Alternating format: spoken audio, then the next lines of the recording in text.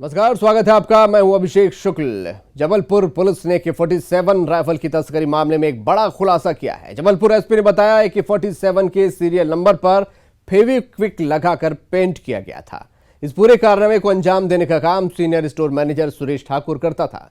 Jabalpur police जांच करने के लिए मुंगेर जाएगी। वहीं बिहार के मुंगेर में AK-47 की तलाश अभी तक जारी है। कल कुएं से AK-47 मिलने के बाद आज पुलिस को बरदा गांव में भी कामयाबी मिली है।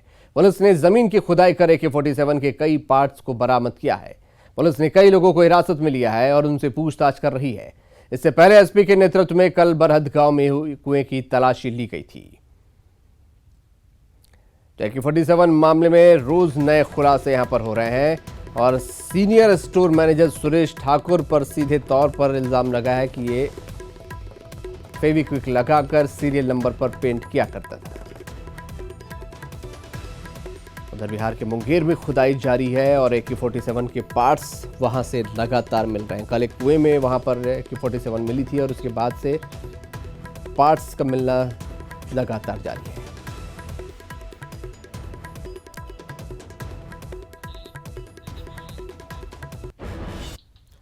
तो जबलपुर पुलिस ने AK-47 राइफल की तस्करी मामले में बड़ा खुलासा किया। मामले में खुलासा करते हुए जबलपुर एसपी ने बताया कि AK-47 के सीरियल नंबर पर फेविक्विक लगाकर पेंट किया गया था और पूरे कारनामे को अंजाम देने का काम senior store manager Suresh Thakur करता था। उन्होंने बताया कि अब जबलपुर पुलिस जांच के लिए मुंगेर जाएगी और मुंगेर पुलिस के द्वारा जब्त की गई 20 AK-47 की भी जांच होगी। पुलिस ने यह भी खुलासा किया कि COD में पदस्थ 3 और अधिकारी भी तस्करी के इस खेल में शामिल हैं और जांच के बाद जल्द ही और गिरफ्तारियां भी हो सकती हैं। पूरे मामले में जांच के लिए मिलिट्री इंटेलिजेंस की टीम भी जबलपुर पहुंची है। हम मुंगेर पुलिस की बात करें तो लगभग 20 वेपन्स का सीजर हो चुका है और अभी भी जो पुलिस जबलपुर पुलिस की जानकारी है लगभग 45 से 50 वेपन अभी भी यहाँ के निकले हुए वहाँ पर हैं। ये किनके पास हैं और कौन लोग इनको यूज़ कर रहे हैं, किस इरादे से यूज़ कर रहे हैं, निश्चित तौर पे वो हमारे लिए चैलेंज है। उसको ट्रेस आउट करना, पता करना और उनके विरुद्ध कार्रवाई करना। AK-47 का मिलना अभी भी जारी है। इधर जबलपुर में खुलासे हो रहे हैं कि आखिरकार यहां से AK-47 की तस्करी कैसे होती थी, कौन कौन से लोग इसमें शामिल थे और क्या उनका तरीका होता था। सीरियल नंबर पर AK-47 के सीरियल नंबर पर फेविक्विक लगाकर पेंट किया जाता था। सुरेश ठाकुर नाम का स्टोर मैनेजर इसके लिए जिम्मेदार बताया जा रहा है।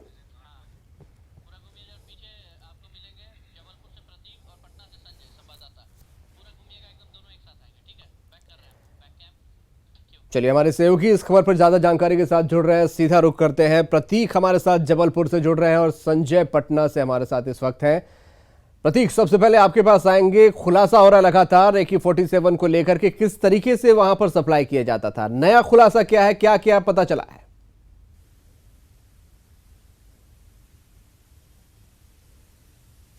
बिल्कुल अभिषेक, आपको बता दूं लगातार नए नए खुलासे तो जबलपुर पुलिस लगातार कर ही रही है। इसके साथ ही साथ जो जब्ती है AK-47 की वो मुंगेर में जारी है। कभी कब्रिस्तान की खुदाई में निकल रही है तो कभी कुएं में सामने आ रही है। आपको पूरा मामला बता दूं, करीब 70 से अधिक AK-47 की सप्लाई की बात जो है जबलपुर पुलिस ने करी थी, जो लगातार 2012 से अब तक की गई थी। अभी भी करीब 40 AK-47 जो जब्त करना है वो अभी बाकी है, जिनकी अभी तक कोई पतासाजी नहीं मिल पाई है।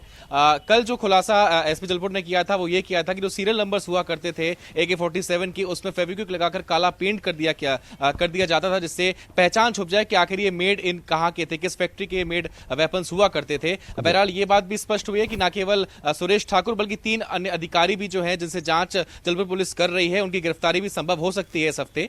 वहीं तेलंगाना पुलिस के बाद मिलिट्री इंटेलिजेंस की टीम जो थी वो जबलपुर आई हुई है। वो COD फैक्ट्री समेत जबलपुर की जो क्राइम ब्रांच टीम है उनसे लगातार जानकारियां जो है जुटा रही है। आतंकी संगठनों को भी सप्लाई होने के इनपुट्स मिले, उस आधार पर तेलंगाना के विशेष फोर्स और जो दल था वो यहां पर आया हुआ था। तमाम जानकारियां वो भी लेकर के गया है साझा करके। अब दिल्ली की इंटेलिजेंस की टीम जो है वो तमाम बिंदुओं पर भी जांच यहां पर कर रही है।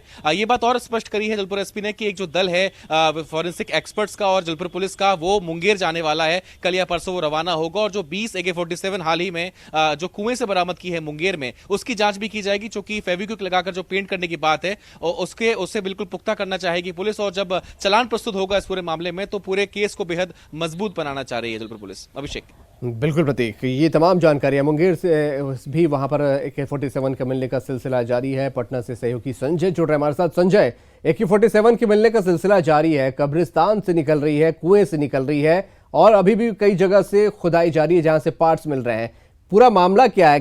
कौन लोग थे जिन्होंने इसे यहां पर दफना दिया और जहां से अब ये जब्ती हो रही है? देखिए अभिषेक, सबसे बड़ी बात है कि कोई आज का ये सिलसिला नहीं था, वर्षों से ये खेल चल रहा था। सेंट्रल ऑर्डिनेंस डिपो से लगातार जो अब तक जानकारी मिल रही है, जो इनपुट से और जो सोर्सेज के हवाले से जानकारी मिली है, तकरीबन 63 AK-47 वहाँ से लाए गए हैं। न जो केवल बिहार में बल्कि जो दूसरे राज्य हैं वहाँ भी खपाए गए हैं। और इस बात की संभावना ज़्यादा है कि बिहार में अब तक 20 AK-47 रिकवर कर लिए गए हैं। अभी हाल में 12 AK-47 बरदह मुंगेर में एक इलाका है जहां कुएं से 12 AK-47 रिकवर किए गए थे। इसके अलावा पहले भी 8 AK-47 रिकवर कर लिए गए थे, यानी 20 AK-47 रिकवर किए जा चुके हैं। और कई जो पार्ट्स हैं वो सेंट्रल ऑर्डिनेंस डिपो से जो रिटायर्ड आर्मोरर है पुरुषोत्तम लाल रजक, उसकी भूमिका काफ़ी महत्वपूर्ण रही थी। मुंगेर के इमरान से उसके ताल्लुक थे और सबसे पहले जब इमरान की गिरफ्तारी हुई थी तो उसके गांव से 3 AK-47 रिकवर किए गए। उसके बाद शमशेर की गिरफ्तारी होती है, उसके पास से भी AK-47 रिकवर किए गए। इसके बाद एक और शख्स लांस नायक है जो वेस्ट बंगाल से सेना का लांस नायक है, उसकी अरेस्टिंग हुई थी और उसकी निशानदेही पर भी AK-47 रिकवर किया गया था।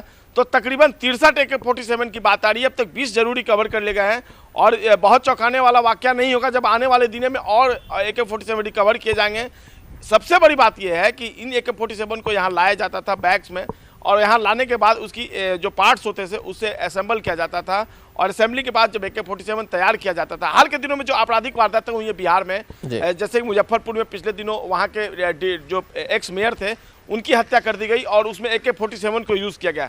तो तमाम तरह की बातें कि जो AK-47 बिहार में आ गए थे मुंगेर में, तो क्या अब वो AK-47 जो रिकवर हो रहे हैं उसके अलावा जो रिकवर नहीं हो पाए हैं, क्या वो संगठित जो आपराधिक गिरोह हैं उन तक पहुंच गए हैं या फिर जो नक्सली संजय उन तक पहुंच गए हैं? ये तो रिकवर करने का काम यहाँ पर हो रहा है, लेकिन इनके तार किन से जुड़े हैं? क्या उनका भी खुलासा हो रहा है कि किन लोगों को ये सप्लाई किए जाते थे? क्या कोई अंतर्राष्ट्रीय गिरोह है? कौन है ये लोग जो इसके पीछे काम कर रहे थे?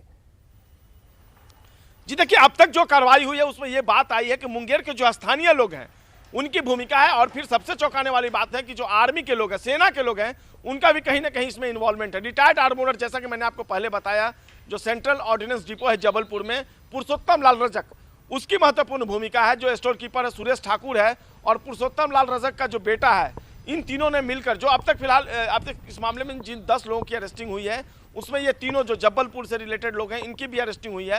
अब बिहार पुलिस जो है इन जो तीनों गिरफ्तार लोग हैं उनको अब रिमांड पर लेने की तैयारी शुरू कर दी है। चूंकि लगातार रिकवरी हो रही है, ऐसे में बिहार पुलिस के लिए चैलेंज बढ़ गया कि आखिरकार इस बात का पता लगाया जाए कि एक्चुअल में कितने AK-47 जबलपुर से बिहार लाए गए हैं। बिल्कुल संजय, चैलेंज तो है ही सभी पुलिस के लिए, चाहे मुंगेर की बात हो, बिहार पुलिस की बात हो या फिर जबलपुर में खुलासा होना बेहद जरूरी हो गया है। बहुत शुक्रिया संजय आपका भी, प्रतीक आपका भी बहुत बहुत शुक्रिया हमारे साथ जुड़ने के लिए।